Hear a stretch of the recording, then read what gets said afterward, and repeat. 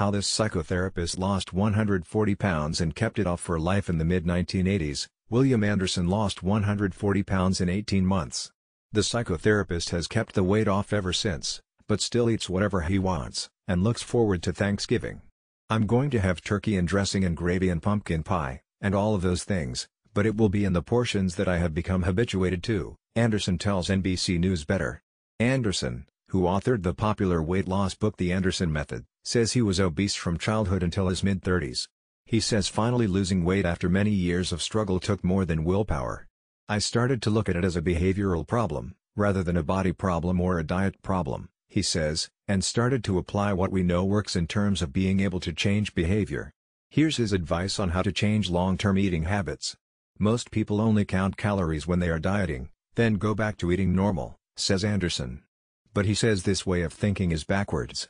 If you are going to lose weight and keep it off, Anderson says, you need to count the number of calories you currently eat. Knowing how many calories you currently consider normal will deter you from falling back on old habits, he explains.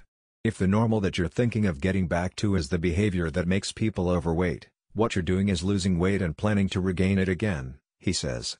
The main work that we need to do is not losing the weight, it is developing a way of living where you will not gain the weight.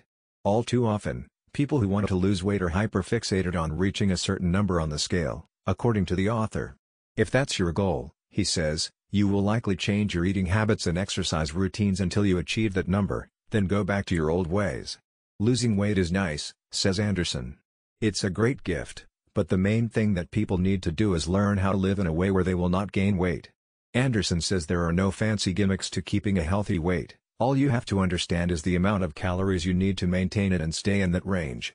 It's also important to be realistic, he says. If you enjoy a mostly sedentary lifestyle, how much you eat needs to reflect that. We need to look at what is the metabolic rate that I will have for the rest of my life for the way I want to live, Anderson explains. You can use this simple online calculator to understand how many calories you need to eat given your regular activity levels. A recent study finds that people who maintain a low-carb diet after weight loss are likely to stay slim. While healthy eating is important, the behavioral therapist says it's important to still enjoy foods you crave. His first rule of thumb is to eat what you enjoy, but in smaller portions. I've learned to eat what I like in the portions that keep me from gaining weight, and I enjoy it more than the eating I used to do when I was overweight, he says.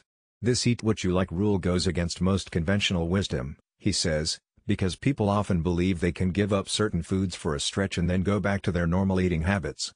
This idea that I'm going to do something that I hate to lose this weight creates an aversion to doing it, Anderson explains. Instead, he explains, you need to reduce the amount you eat while still eating what you like. To create behavior, you have to associate reward with it, Anderson says. And if you do that on a daily basis, you're going to get addicted to healthy habits, and that's what we need to do. The number one strategy Anderson employs to maintain a healthy weight is meal timing. He says he only eats at specific times during the day and fasts between meals. On weekends, Anderson allows himself to eat more, but maintains a balanced caloric intake throughout the week. It's not a matter of just going crazy on the weekend, he warns. Losing 140 pounds and keeping it off has been life-changing for the 69-year-old. To be able to solve that problem and feel good about myself and about my future, it's just the best thing that's ever happened in my life, Anderson says. Want more tips like these? NBC News Better is obsessed with finding easier, healthier and smarter ways to live. Sign up for our newsletter and follow us on Facebook, Twitter, and Instagram.